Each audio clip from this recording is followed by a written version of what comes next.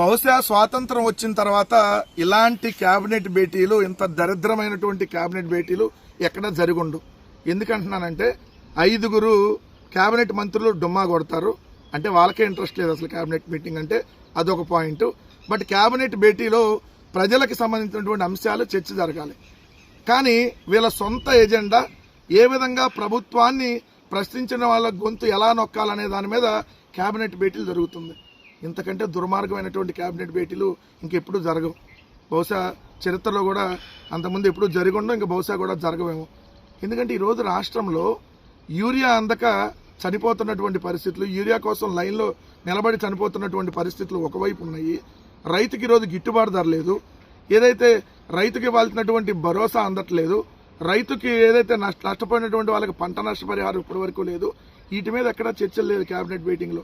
ఈరోజు ఆడబిడ్డ నిధి గురించి కేబినెట్ భేటీలో చర్చ లేదు. నిరుద్యోగ వృత్తి గురించి కేబినెట్ భేటీలో చర్చ లేదు. సూపర్ 6 కానీ సూపర్ 7 కానీ వీళ్ళు ఇస్తానన్నటువంటి 143 హామీల మీద కేబినెట్ భేటీలో చర్చ లేదు. ఏంటి కేబినెట్ భేటీలో వీళ్ళు చేసినటువంటి చర్చ అంటే, ఎవరెవరికి 99 పైసలకు భూములు ఇచ్చేయాలి, ఏదైతే తెలుగుదేశం పార్టీ బినామీలకి ఇంకెవరికైనా మిగిలి ఉన్నాయో మనకి ఇవ్వాల్సినవి